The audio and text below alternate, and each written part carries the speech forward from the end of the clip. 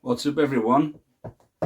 Welcome back. This is episode number 2 of the Frag Lad. My name's Al, and if you're here for the second time and you watched the first one, thanks very much for coming back. If you're here for the first time, then I hope I can keep your attention and see the video through to the end.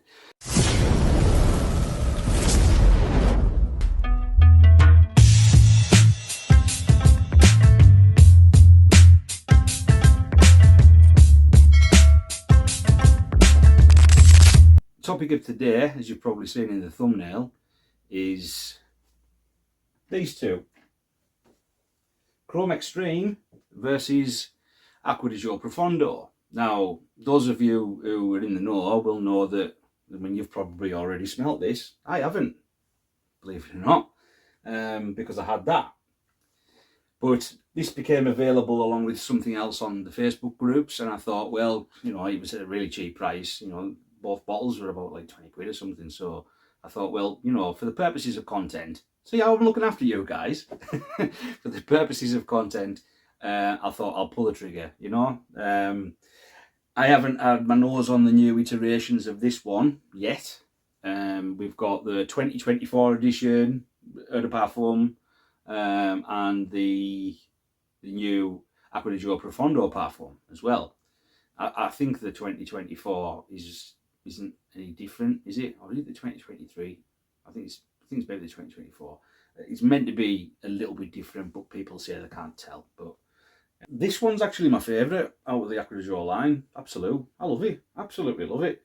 I know it got hated on when it was released, and I don't know if that was because it was, you know, synonymous with the what was in fashion at the time, what was trending at the time, as you would say now. I don't know if it was because of that and people thought it strayed too far away from the original scent DNA, but for what it is and how it smells on my skin, it's definitely my favourite. I love it. But because it's discontinued, I'm I wouldn't say hesitant to wear it, but I just don't wear it that often. And the only other Chrome I have is Chrome Acqua, which is really nice. I like it, you know.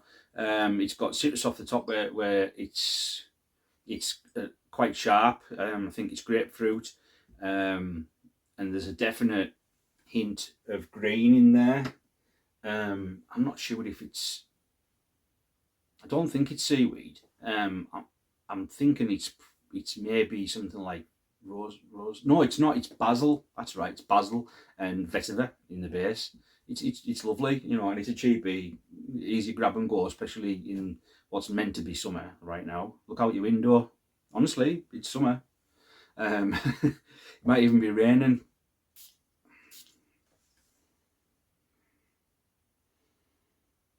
Thought someone was going to go in my eye there. Oh, money shot.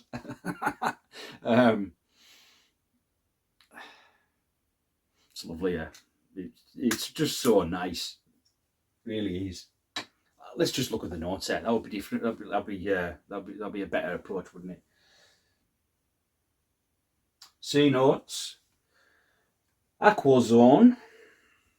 Don't know if that's any different from C notes. Bergamot, green mandarin. In the mid, rosemary, lavender. Yeah, cypress. And in the base, we've got mineral notes, musk, patchouli. I forgot about patchouli, and amber. And what I mostly pick up is the you know, the aquatic, citrus.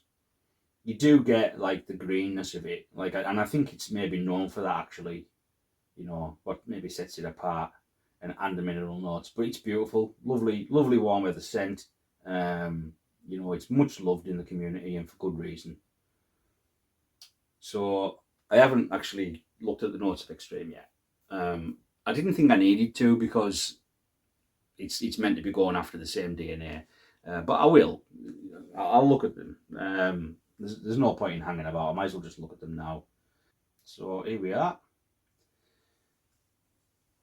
Main accords: aromatic, marine, citrus, woody, amber, fresh, spicy, salty, powdery, musky, and aquatic. Sounds about the same, doesn't it? And the note pyramid. Oh, not as descriptive, not as many notes listed. So top notes of green mandarin, mid notes of sea notes and juniper berry, which isn't listed in the other obviously, and base notes of cashmere and amber. Now, it still might smell very, very similar because, as I said, the only things that I really pick up on in Profondo when I'm wearing it, when it's on my skin and it's out in the air, is the mandarin, the sea notes, and the amber. So it still could be very similar. There's obviously no mention of rosemary or anything in there, but or lavender. But that's not to say it's not in there. You know what I mean? You know what these perfumers and these houses are like. They don't often give you every single note used, but enough of the waffling, which I'm an absolute professional at. I should have a medal or even a doctorate in waffling. You know, I can't help myself. It's maybe why I'm best suited to doing things like this. Yeah, so enough. Let's cut to the chase and get them on strip. So we'll start with the OG, obviously. A little bit of a reference point, even though I've just had it in the air. I'm not going to do it on skin, like I say. I've already got a scent under there. And because it's from the same line, I don't want to detract away from what I'm smelling.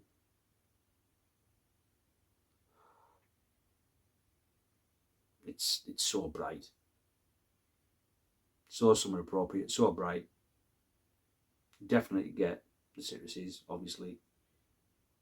I know what it opens up like. I'll just leave that there.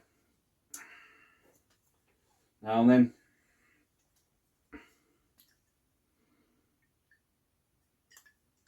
You know, there's meant to be a trick. I don't know if it works, but I do it anyway. Apparently, if you smell clean skin, it like refreshes your olfactive perception. Like people say coffee grounds and that, and I've got some knocking about somewhere, but I've used this. Now I don't know if I'm telling myself that it works, so it works, but I do it anyway. Yes, I do have clean fingers. I'm not a mucky pup or a deviant. People who know me, leave out the comments. And people who don't know me, don't believe the people who know me. I'm not a deviant. It was never proven. Anyway, right. So, I'm really sorry. Let's go.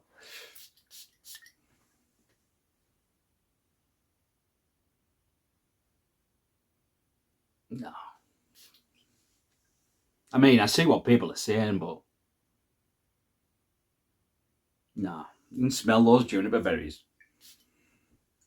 Maybe shouldn't have looked at the notes beforehand because now I'm telling myself that there's differences, but I would have picked it out anyway. I maybe wouldn't have said it was juniper berries. I'm not, my nose isn't that finely tuned that I would have said definitely juniper berries in a composition like this.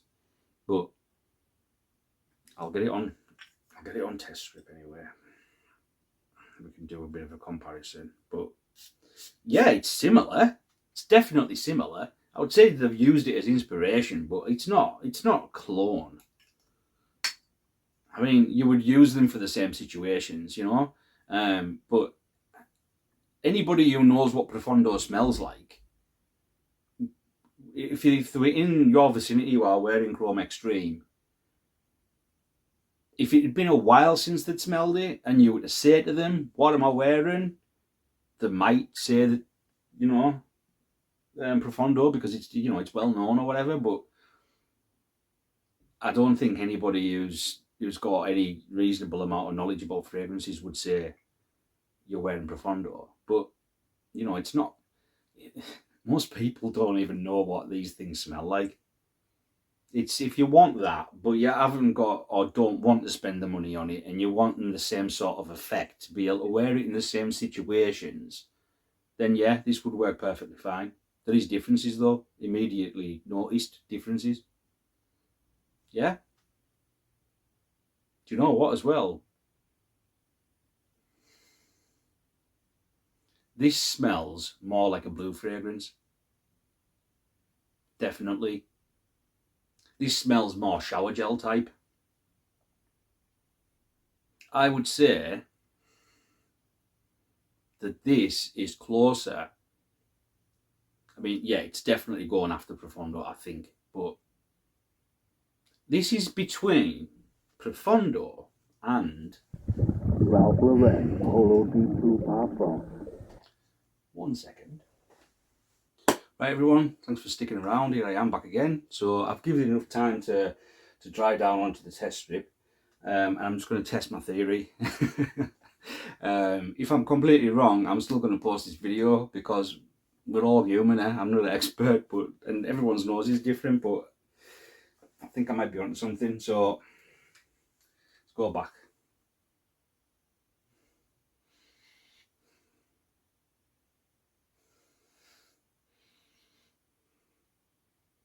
Yeah, okay.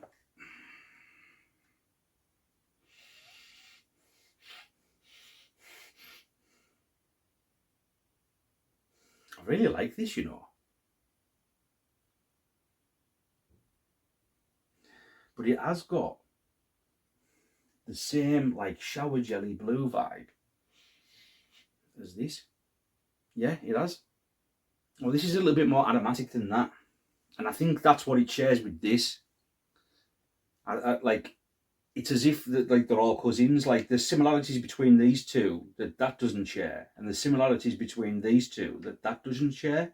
So it's as if this has got the aromatics of that, while it's got the shower jelly blue vibe of that. It's like this is a halfway point between the two. But we'll look up the notes anyway for what it's worth. So, main accords for Polo Deep Blue Parfum are aromatic, fresh, spicy, woody, citrus, marine, musky, tropical. Don't get anything tropical off that, actually. Maybe different on skin, because you know it's been a while. And amber, fruity, and sweet.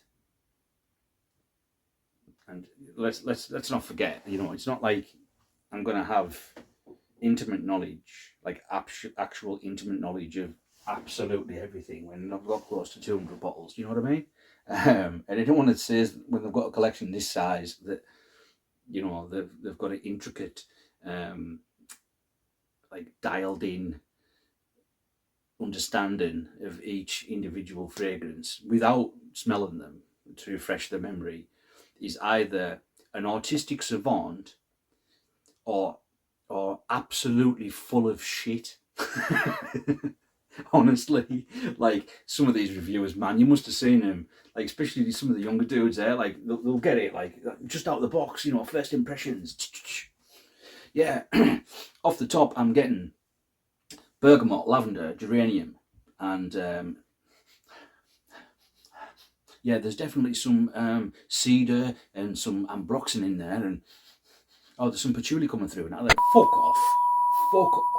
Like, sorry for the language, like, but if you could actually individually pinpoint all those notes out, then the perfumer hasn't done his job right. Like, in fact, it'd be impossible.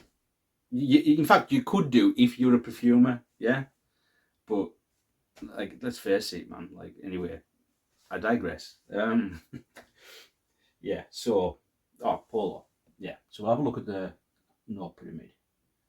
And we have green mango, so that's the tropical we're referring to. I don't recall ever getting a tropical vibe of wearing this. I might be wrong, you know, maybe I just don't pick it up. But grapefruit and bergamot, right? So no mandarin orange, doesn't share the mandarin orange, but it's got cypress of the Acqua di Jour, clary sage, doesn't have the lavender, but geranium. And then the base notes, the C notes is listed in the base notes, along with ambroxan, fir resin of Profondo, musk and patchouli. So, yeah, there's obviously notes listed, notes that aren't listed in here, that are in here, and it might be the clary sage. Yeah, it might be the clary sage, or maybe even the mango. Who knows? But I'm not picking up mango. So yeah, my verdict is, I mean, if you're interested in ratings, like as as subjective as fragrances are, I don't know why anybody would be interested in anyone else's ratings, unless they were really bad, and then you know, in like a this smells bad, no one could possibly enjoy this kind of thing, then you would at least know to stay clear of it. But these aren't. These are mass appealing designers. I really like this. I like how it's different enough from this to be its own thing, but I think it's used it as inspiration. I'll have to look at the release dates of these things, but I don't know which came next out of these two. But yeah, this seems to be there, like a bridge between the two of them. But anyway, I've waffled on again more than I should have done. Thanks for sticking with me, guys. So the verdict is that yeah, it is like that, but it's also like that, and that is also like that. A little bit of discovery there for you. If you want to be anywhere near this, I would say that's actually a better bet. To be honest, I really do.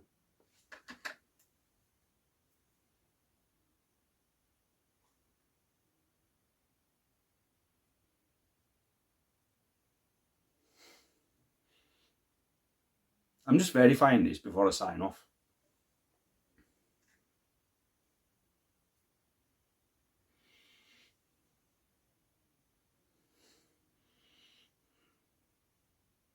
Yeah, I think Polo Di Blue Parfum is actually closer, but you're also closer in price point.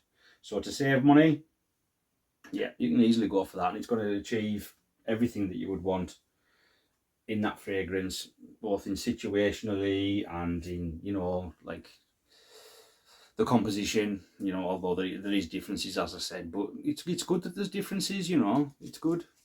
Yeah, but excellent fragrance, and two excellent sort of interpretations, you know, in the same wheelhouse, as they say.